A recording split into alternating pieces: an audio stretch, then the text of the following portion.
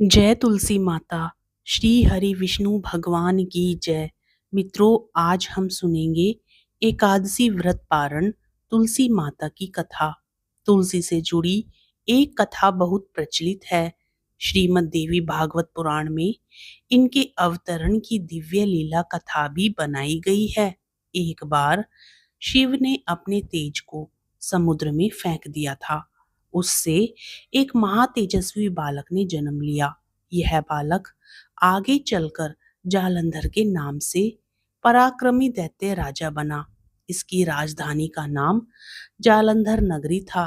दैत्यराज कालनेमी की कन्या वृंदा का विवाह जालंधर से हुआ। जालंधर महाराक्षस था।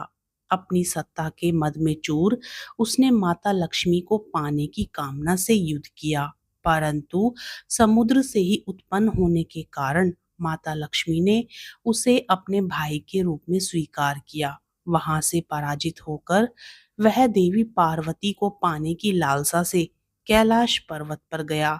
भगवान देवादिदेव शिव का ही रूप धरकर माता पार्वती के समीप गया, परंतु मां ने अपने योग बल से उसे तुरंत पहचान लिया तथा वहां से अंतर ध्यान हो गई। देवी पार्वती ने क्रुद्ध होकर सारा वृतांत भगवान विष्णु को सुनाया। जालंधर की पत्नी वृंदा अत्यंत पतिव्रता स्त्री थी।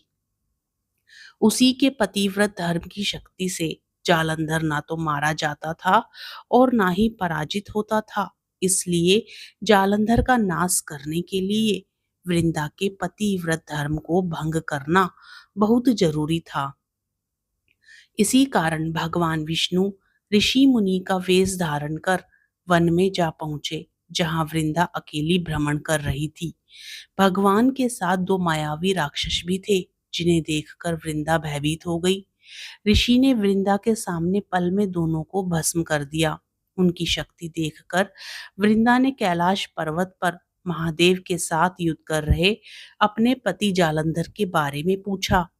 ऋषि ने अपने माया जाल से दो वानर प्रकट किए। एक वानर के हाथ में जालंधर का सिर था तथा दूसरे के हाथ में धड़।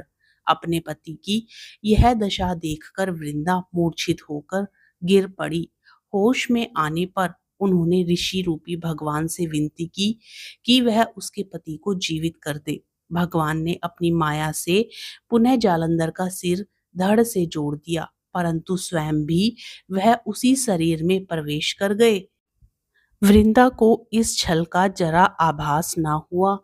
जालंधर बने भगवान के साथ वृंदा पतिव्रता का व्यवहार करने लगी, जिससे उसका सतीत्व भंग हो गया।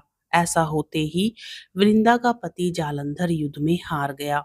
इस सारी लीला का जब वृंदा को पता चला तो उसने क्रुद्ध होकर भगवान विष्णु को शिला होने का श्राप दे दिया तथा स्वयं सती हो गई।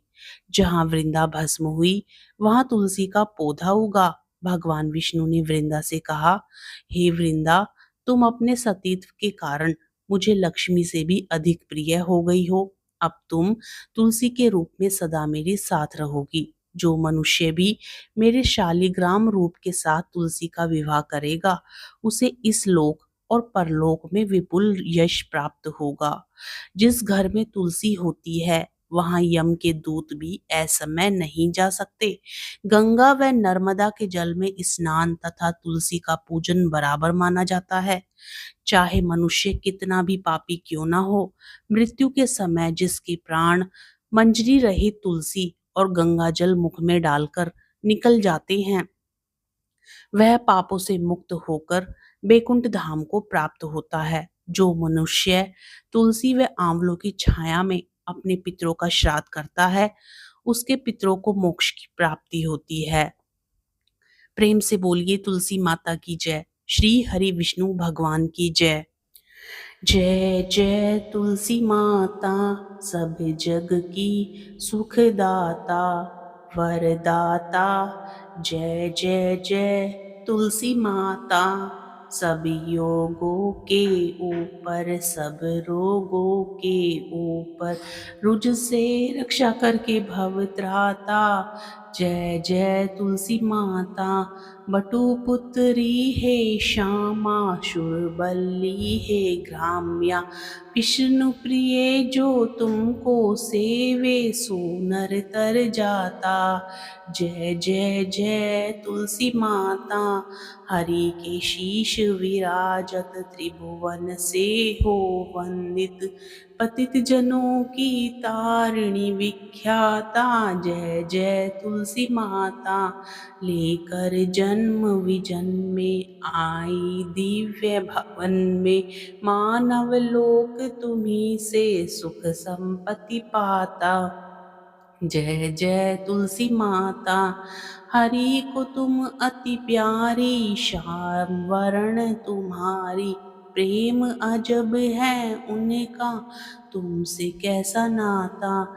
जय जय तुलसी माता।